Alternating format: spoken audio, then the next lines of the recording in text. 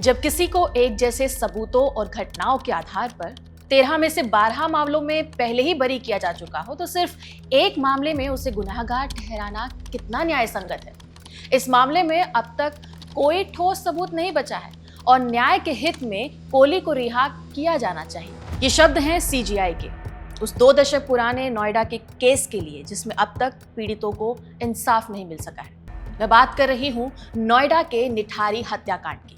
इंसानियत को शर्मसार कर देने वाला वो मामला जिसके खिलाफ उस समय लोग सड़कों पर उतरे, मीडिया में रिपोर्ट्स छापी गई और हर किसी का यही सवाल था कि क्या दोषियों को सजा मिलेगी। एक बार फिर ये मामला सुर्खियों में। इस वीडियो में हम जानेंगे कि आखिर सुप्रीम कोर्ट ने ऐसा क्यों कहा, किन सबूतों और गवाहों की बात की गई जिसके बेसिस पर पहले तो 13 केस दर्ज हुए और अब सभी बेकार साबित हो रहे हैं। कैसे सीबीआई द्वारा जांच में हुई गलतियों ने उन कई माता पिता की इंसाफ की उम्मीदों पर पानी फेर दिया है जिन्होंने अपने बच्चों को खोया है, और क्या इस केस में पंढेर की तरह कोहली भी अब रिहा हो सकता है।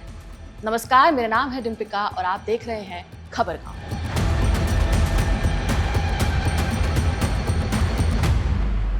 निठारी हत्याकांड, वो वारदात जिसने सभी के रोंगटे खड़े कर दिए थे। नोएडा के सेक्टर 31 में निठारी गांव का D5 घर के आसपास साल 2006 में जब ड्रेनेज एरिया को चेक किया गया और जमीन खोदी गई तो वहां मिट्टी में मासूमों की हड्डियां निकली। बच्चों और लड़कियों के कपड़े, खिलौने, कंकाल मिले जिससे सभी लोग दहशत में आ गए। इन्वेस्टिगेशन में सामने आया कि इस घर के नौकर सुरेंद्र कोहली मासूम बच्चों को किडनैप करता था, उनका यौन शोषण करता था और बेरहमी से उनकी हत्या कर देता था।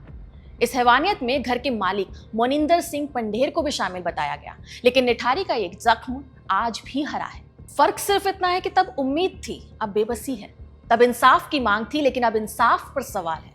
दरअसल सुरेंद्र कोहली ने अपनी सजा और इन्वेस्टिगेशन के खिलाफ सुप्रीम कोर्ट में क्यूरेटिव पिटीशन दाखिल की थी, यानी कि अदालत से अपील की थी कि उसके मामले पर दोबारा विचार किया जाए। सो हुआ भी।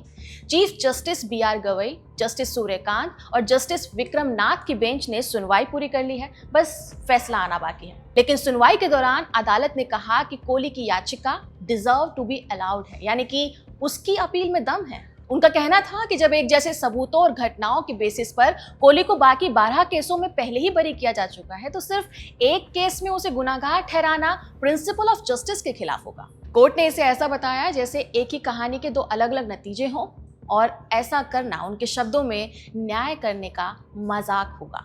असल में निठारी केस में अब तक लगभग 80-90 से ज़्यादा बार सुनवाई हो चुकी है, जिनमें से लगभग 30-40 सुनवाई ट्रायल कोर्ट में हुई, 20 से 30 सुनवाई हाई कोर्ट में हुई और 15 से 20 सुनवाई यानी कि अपील, रिव्यू और क्यूरेटिव मिलाकर सुप्रीम कोर्ट में हो चुकी है। कुछ केसों में सुनवाई ओवरलैप हुई, यानी कि एक ही दिन में कई केसों पर सुनवाई हुई। निठारी कांड में कुल 19 FIR हुई थी, जिसमें से 16 में चार्जशीट की गई, बाकी 3 में सबूत नहीं होने की वजह से क्लोजर रिपोर्ट दी गई। इन 16 में से 13 केसों में कोहली को CBI कोर्ट ने दोषी ठहराया और मौत की सजा दी। ये सजाएं रेप, मर्डर, अपहरण और सबूत नष्ट करने जैसे क्राइम के लिए थी। इन 13 केसों में से एक केस की सजा को इलाहाबाद हाई कोर्ट ने 2015 में उम्र कैद में बदल दिया था। बाकी 12 की मौत की सजा बरकरार थी। बाद में 12 केसों में तो कोहली को सबूत की कमी के चलते बरी कर दिया गया और एक उम्र कैद की सजा पर फैसला अटका हुआ था। CJI BR गवई ने CBI के वकील राजा ठाकरे से कहा कि अगर इस केस में वही फैक्ट्स और सबूत हैं जिनके आधार पर कोहली को 12 केसों में बरी किया गया है और सुप्रीम कोर्ट ने उसे सही ठहराया है तो इस एक केस में सजा बरकरार रखना गलत होगा। CBI की तरफ से मौजूद वकील ठाकरे ने इस बात से इतर ध्यान लाने की कोशिश की और जवाब दिया कि इस केस में कुछ अलग तथ्य हैं और हर केस का फैसला उसके अपने सबूतों पर होता है, ना कि दूसरे केसों के आधार पर। इस पर जस्टिस विक्रम नाथ ने वकील ठाकरे को याद दिलाया कि सबूत सिर्फ कोहली का कबूलनामा है और एक किचन से मिला नाइफ। ये नाइफ भी गली में कोहली के घर से पीछे मिला, जो कुछ खास नहीं है क्योंकि उससे आप ये साबित नहीं कर पाओगे कि इस नाइफ से इंसानी हड्डी काटी गई होगी। इसलिए मान लेना चाहिए कि अब कोई रास्ता नहीं बचा है क्योंकि सबूतों की अनदेखी हुई है। आपको CGI का ये तर्क समझने के लिए पहले कहानी को शुरू से समझना होगा। थोड़ा पीछे चलते हैं और समझते हैं कि निठारी कांड की असली शुरुआत कहां से हुई।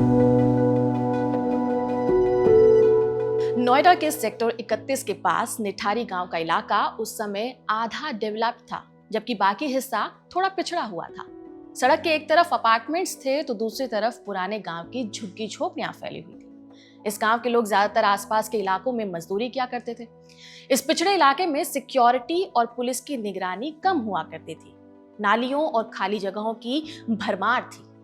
2005 और 2006 के बीच में निठारी गांव के कई परिवारों ने पुलिस कंप्लेंट की कि उनके बच्चे अचानक गायब हो रहे हैं। ये कोई एक या दो बच्चों की शिकायत नहीं थी, बल्कि लगातार कई महीनों से बच्चे लापता हो रहे थे। ये बच्चे पास के सेक्टर्स में काम करने या खेलने के लिए जाते और लौट कर कभी वापस ही नहीं आते।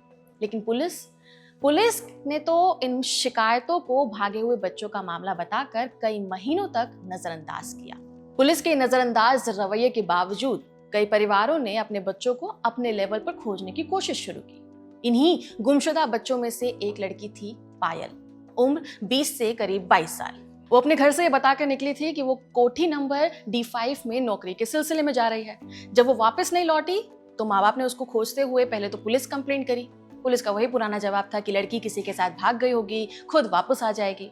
वहां बात नहीं बनी तो माता पिता ने एक वकील हायर किया और कोर्ट से कोठी के मालिक से पूछताछ करने की परमिशन मांगी। यही वो पॉइंट था जब पहली बार घर के मालिक और नौकर को पुलिस पूछताछ के लिए बुलाया गया। बात आसपास फैली तो बाकी माँ बाप भी अपने बच्चों को खोजते हुए उस कोठी के आसपास पहुंचे जहां उन्होंने D5 के बारे में सुना था। D5 के पास उन माता पिता ने ना बदबू महसूस की और नालियों के पास कपड़े और हड्डियां भी देखी। एक माँ ने उन कपड़ों को पहचान लिया। उन्होंने पुलिस को बताया, तब जाकर खुदाई शुरू हुई और वहां से निकले इंसानी अवशेषों ने सबको हिलाकर रख दिया। शुरुआती खुदाई में 19 इंसानी खोपड़ियां, 700 हड्डियां और 80 सॉफ्ट टिश्यूज मिले। इस बात की पुष्टि खुद फॉरेंसिक टीम को लीड कर रहे TD डोगरा ने बताई। इन सबको कलेक्ट करने के लिए टीम को 7 दिन लगे थे। इनमें से 11 छोटी लड़कियां थी और बाकी लड़के थे। पायल इकलौती अडल्ट थी जिसकी लाश या कह लो कि हड्डियां मिली थी। पोस्टमार्टम और फॉरेंसिक रिपोर्ट से पता चलता है कि कई शवों की बॉडी पार्ट्स काटे हुए थे। खोपड़ी, हड्डियां और शरीर के बाकी हिस्से अलग अलग जगह से मिले थे। पुलिस ने घर के मालिक मोनिंदर सिंह पंढेर और उनके नौकर सुरेंद्र कोली को हिरासत में लिया। गायब बच्चों के परिवारों ने पुलिस पर लापरवाही का आरोप लगाया। कहा कि पुलिस भ्रष्ट है, इसलिए मामले को सही तरह से जांच होने में देरी हो रही है। लोग सड़कों पर उतर आए, नारे लगे, धरने पर बैठे, पर मांग एक ही थी कि उन्हें और उनके बच्चों को इंसाफ चाहिए। केस की सीरियसनेस को देखते हुए मामला 2007 में CBI को सौंपा गया। CBI ने जांच शुरू की तो धीरे धीरे पूरे कांड की परतें खुलने लगी। पंढेर को पुलिस ने शुरू से ही केस से दूर रखने की कोशिश की थी। पंढेर, जिसे लोग गोल्डी नाम से जानते थे, एक रिच पंजाबी बिजनेसमैन था। चंडीगढ़ का रहने वाला पंढेर ट्रांसपोर्ट का बिजनेस करता था और उसका लाइफस्टाइल काफी फ्लैशी था। महंगे रेस्टोरेंट्स, क्लब्स और लग्जरी कार्स के अलावा उसके घर में पार्टीज और सोशल गैदरिंग भी होती थी। कहा यह भी जाता है कि इन पार्टीज में कई पुलिस अफसरों का भी जाना होता था। इसलिए जब पायल के केस में पंढेर का नाम सामने आया तो इस बात का पता उसे पहले ही चल गया था। पर कोर्ट से ऑर्डर थे तो जांच करने के लिए पुलिस मजबूर थी, इसलिए पूछताछ करने के लिए उसके घर पर पुलिस पहुंची। पंढेर ने बताया कि जब पायल गायब हुई और उसका मर्डर हुआ तो उस वक्त वो वहां नहीं था, बल्कि चंडीगढ़ में था। पुलिस इस बात की जांच करने के लिए चंडीगढ़ भी गई। बात सच निकली, लेकिन उसी दौरान पुलिस को उसकी फैमिली ने बताया कि उनकी पर्सनल लाइफ में सब कुछ अच्छा नहीं चल रहा है। उन्हें कभी मालूम नहीं होता था कि पंढेर नोएडा वाले घर में करता क्या है। पड़ोसियों से भी बात की गई। उन्होंने बोला कि पंढेर की जो पत्नी के साथ रिलेशन थे ना, वो ठीक नहीं थी। कुछ मीडिया रिपोर्ट्स ने तो ये भी कहा कि पंढेर अक्सर अपने घर नाबालिग लड़कियों को बुलाया करता था। ये सब बातें उसकी पर्सनालिटी और क्रिमिनल एलिगेशंस की तरफ साफ तौर पे इशारा करते थे। लेकिन पंढेर का इन्वॉल्वमेंट इस केस में काफी कंट्रोवर्शियल भी रहा। सुरेंद्र कोली यानी कि उसके खुद के नौकर ने अपने शुरुआती कन्फेशन में ये बात कही थी कि इस क्राइम में पंढेर का भी हाथ था, लेकिन पंढेर ने हमेशा कहा कि वो इनोसेंट है, सब कुछ कोली ने किया है। इसलिए सारा शक घर के नौकर पर आ गया, सुरेंद्र कोली पर, यानी कि पंढेर का वो नौकर जो निठारी केस का मॉन्स्टर बताया गया। कोली के पड़ोसियों के मुताबिक वो बचपन से ही काफी इंट्रोवर्ट था, लेकिन कभी कभी गुस्सैल हो जाता था। 20 साल की उम्र में वो दिल्ली एनसीआर चला गया था। पहले फैक्ट्री में काम किया, फिर 2003 के आसपास पंढेर के घर पर वो कुक और चपरासी के तौर पर काम करने लगा। कोहली के कुछ छोटे मोटे क्राइम की हिस्ट्री भी देखने को मिलती है, जैसे चोरी और झगड़े की खबरें। और फिर इन्वेस्टिगेशन के दौरान कोहली ने आखिरकार ये बता दिया कि मौत का सिलसिला 2005 में रिम्पा नाम की एक लड़की से शुरू हुआ था, जिसे पंढेर ने बुलाया था, असॉल्ट किया और फिर मारकर लाश ठिकाने का जिम्मा कोहली को दे दिया गया। सेम तरीका पायल के लिए भी इस्तेमाल हुआ और इन दोनों केसेस के अलावा कोहली ने इस बात को भी एक्सेप्ट किया कि वो बच्चों को लुभाकर घर में लाता था, सेक्सुअली अब्यूज करता था और फिर बेरहमी से उनकी हत्या कर देता था। ये सिलसिला महीनों तक चला। कई सेंसेशनल क्लेम्स भी मीडिया में सामने आए, जैसे वो उन बच्चों के ऑर्गन्स को बेच देता था। कैनिबलिज्म की भी बातें सामने आई, यानी कि जब इंसान का ही मांस खा जाए, ये भी इस केस में देखने को मिला। कस्टडी में इस बात को कोहली ने कहा, लेकिन इन सभी आरोपों को अदालत में लीगली प्रूव नहीं किया गया। कोई भी आम इंसान इस बात को सुनकर सहम जाएगा, लेकिन कोहली ने ये सब किया। डेड बॉडीज देखना और उसको डिस्पोज करना, ये डर शायद उसका पहले ही खत्म हो गया था, क्योंकि वो पहले ऐसी जगह पे काम करके आया हुआ था जहां मरे हुए जानवरों को काटा जाता था। उसे पता था कि स्किन और हड्डियों को कैसे काटा या फिर उसको रिमूव किया जाता है।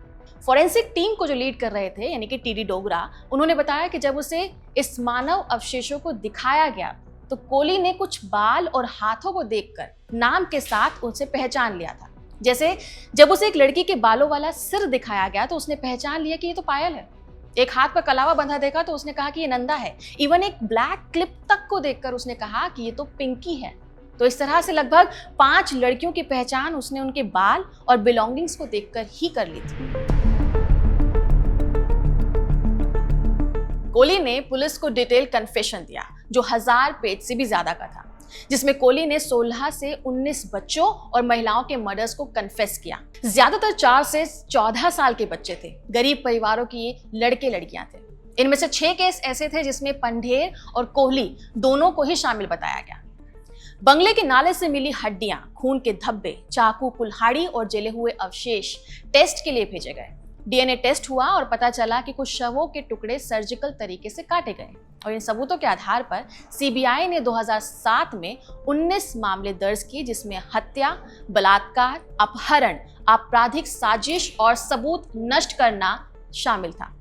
कोहली हर केस में मेन एक्यूज्ड पाया गया। इस केस का पहला ट्रायल गाजियाबाद की सीबीआई कोर्ट में हुआ और सबसे पहले रिम्पा हल्दर का केस 2008 में कोर्ट पहुंचा। रिम्पा 8 फरवरी 2005 को गायब हुई थी और 2006 में D5 बंगले के नाले से मिली खोपड़ी का डीएनए होने पर इसका कंफर्मेशन हुआ। सीबीआई ने कोहली के कन्फेशन को पेश किया, बताया कि उसने रिम्पा का रेप किया है, गला दबाकर मारा है और काटकर नाले में फेंक दिया। शरीर के कुछ हिस्सों को खाने की बात भी कबूली, लेकिन सीबीआई पंढेर को इससे पहले खुद की तरफ से क्लीन चिट दे चुकी थी। पर 13 फरवरी 2009 को जज रमा जैन ने कोहली और पंढेर दोनों को दोषी ठहराया और फांसी की सजा दी। लेकिन 10 सितंबर 2009 को इलाहाबाद हाई कोर्ट ने रिम्पा केस में पंढेर को बरी कर दिया, क्योंकि उनके खिलाफ सबूत ही नहीं थे। इसके बाद बाकी केसों का भी ट्रायल गाजियाबाद सीबीआई कोर्ट में चला। 4 मई 2010 को कोहली को आरती प्रसाद के मर्डर में दोषी ठहराया गया और 8 दिन बाद उसे दूसरी फांसी की सजा मिली। फिर 27 सितंबर 2010 को रचना लाल के मर्डर में कोहली को दोषी पाया गया और अगले दिन तीसरी फांसी की सजा मिली। 22 सितंबर 2010 को दीपाली सरकार के मर्डर के लिए कोहली को चौथी फांसी की सजा मिली। 24 सितंबर 2012 को छोटी कविता के मर्डर में भी कोहली को 5वीं सजा मिली और ऐसे करके जिन जिन बच्चों के अपहरण का केस सामने आता गया और कोहली ने उन बच्चों की पहचान की, तो सभी 13 मामलों में अलग अलग सुनवाई पर कोहली को मौत की सजा दी गई थी। 3 सितंबर 2014 को गाजियाबाद सीबीआई कोर्ट ने कोहली के लिए डेथ वारंट निकाला, जिसमें फांसी की तारीख 12 सितंबर 2014 फाइनल की गई। लेकिन आखिरी वक्त पर 4 सितंबर 2014 की रात को सुप्रीम कोर्ट ने 1 हफ्ते के लिए फांसी को रोक दिया। बाद में 28 जनवरी 2015 को इलाहाबाद हाई कोर्ट ने कोहली की फांसी को उम्र कैद में बदल दिया। किस्मत का खेल देखिए, 16 अक्टूबर 2023 को इलाहाबाद हाई कोर्ट ने 12 केसों में कोहली और पंढेर दोनों को बरी कर दिया और रीजन ये दिया कि कन्फेशन दबाव में लिया गया और सबूत स्ट्रांग नहीं है। ये सारी कहानी दिखाती है कि सबूतों की कमी और सिस्टम की खामियों ने जस्टिस को कितना मुश्किल बना दिया है। सारे सबूत होने के बावजूद भी कैसे उसे कंसीडर नहीं किया गया, ये भी अपने आप में एक बड़ा सवाल था और इसमें सीबीआई की कमियां सामने आई। सीबीआई का रोल इस पूरे केस में सवालिया रहा। इन्वेस्टिगेशन के दौरान ऐसे कई मेजर मिस्टेक्स हुए हैं जिन्होंने एक स्ट्रॉन्ग केस को आसानी से कमजोर बना दिया। सबसे पहली और बड़ी गलती थी एविडेंस का प्रॉपर प्रिजर्वेशन नहीं होना। जिन ह्यूमन रिमेन्स और फोरेंसिक सैंपल्स को सबूत के तौर पर इस्तेमाल किया जाना था, उन्हें ठीक से लेबल, सील और स्टोर ही नहीं किया गया, जिसकी वजह से ये साबित करना मुश्किल हो गया कि जो सैंपल कोर्ट में पेश किए गए हैं वही ओरिजिनली क्राइम सीन से लिए गए। कोर्ट ने इस बात को भी हाईलाइट किया था कि अगर एविडेंस का प्रॉपर रिकॉर्ड नहीं रखा जाता है तो उसकी रिलायबिलिटी खुद ब खुद कम हो जाती है। दूसरी बड़ी गलती थी कन्फेशन पर हद से ज्यादा रिलाय करने की। सुरेंद्र कोहली ने जो स्टेटमेंट पुलिस कस्टडी में दिया था वो मजिस्ट्रेट की मौजूदगी में रिकॉर्ड ही नहीं हुआ। इसलिए कोर्ट में कोहली के वकील ने बार बार इस बात को दोहराया कि ये कन्फेशन कोहली पर दबाव बनाकर दिलवाए गए। अब कोर्ट ऐसे दबाव में लिए हुए कन्फेशन को तो प्रूफ के तौर पे इस्तेमाल कर नहीं सकती। तीसरी सबसे बड़ी गलती थी डायरेक्ट एविडेंस की कमी। मतलब ये कि किसी ने ये देखा नहीं कि कोहली और पंडेर ने बच्चों को घर पर कैसे बुलाया और उनकी हत्या कैसे की। लगभग सभी केसेस सर्कमस्टेंशियल एविडेंस पर बेस्ड थे और उसमें भी क्लैरिटी, कंसिस्टेंसी और साइंटिफिक बैकिंग की कमी थी। चौथी सबसे बड़ी प्रॉब्लम सामने आई फॉरेंसिक रिपोर्ट्स में। डीएनए और लैब रिपोर्ट में कई कॉन्ट्राडिक्शंस और मिसमैच पाए गए। कुछ सैंपल कंटामिनेटेड थे, कुछ के रिजल्ट मैच नहीं हो रहे थे, यानी साइंटिफिक सर्टेनिटी ही डाउटफुल थी। सीबीआई खुद अपनी थ्योरी में कंसिस्टेंट नहीं रही। कभी कहती कि मास्टरमाइंड कोहली है तो कभी कहती कि पंडेर को भी इसमें शामिल बताया जा रहा है। विक्टिम की पहचान तक पूरी तरह से क्लियर नहीं थी क्योंकि कई ह्यूमन रिमेन्स का डीएनए उनके परिवारों से मैच ही नहीं हो पाया था। साथ ही मीडिया प्रेशर और पब्लिक आउटरीच ने भी सीबीआई के डिसीजन मेकिंग को काफी इन्फ्लुएंस किया। जल्दबाजी में एविडेंस कॉम्प्रोमाइज हो गए। हाई कोर्ट ने 2023 में दोनों को बरी कर दिया और ये भी कहा कि प्रोसिक्यूशन के पास कोई ठोस एविडेंस नहीं है। सुप्रीम कोर्ट ने भी यही बात दोहराई कि जस्टिस का प्रिंसिपल यही है कि अगर एविडेंस कमजोर है तो एक्यूज्ड को बेनिफिट्स ऑफ डाउट देने की जरूरत है। साफ तौर पर Nithari case, investigation system, forensic management और जुडिशियल प्रोसेस की कमियों का आईना है। आज जब सुप्रीम कोर्ट इस केस में अपना फाइनल वर्डिक्ट देने की तैयारी में है तो ये सिर्फ सुरेंद्र कोहली की किस्मत का फैसला नहीं होगा बल्कि पूरे जुडिशियल सिस्टम की क्रेडिबिलिटी और इन्वेस्टिगेटिव स्टैंडर्ड्स का भी रिफ्लेक्शन होगा। अगर कोहली को अब बचे हुए केसों में भी बरी कर दिया जाता है तो इसका मतलब ये होगा कि लगभग 19 साल जेल में रहने के बाद भी वो बेदाग हो जाएगा। लेकिन उन तमाम माता पिता की उम्मीद भी टूट जाएगी जो अपने बच्चों की मौत के दोषियों को सजा पाते हुए देखना चाहते थे। फिलहाल कोर्ट के फैसले का इंतजार है, लेकिन इस पूरे केस पर आपका क्या कहना है कमेंट सेक्शन में जरूर बताइएगा। इस वीडियो को रिकॉर्ड किया है अयान ने। मेरा नाम है डिम्पिका और आप देख रहे थे खबर।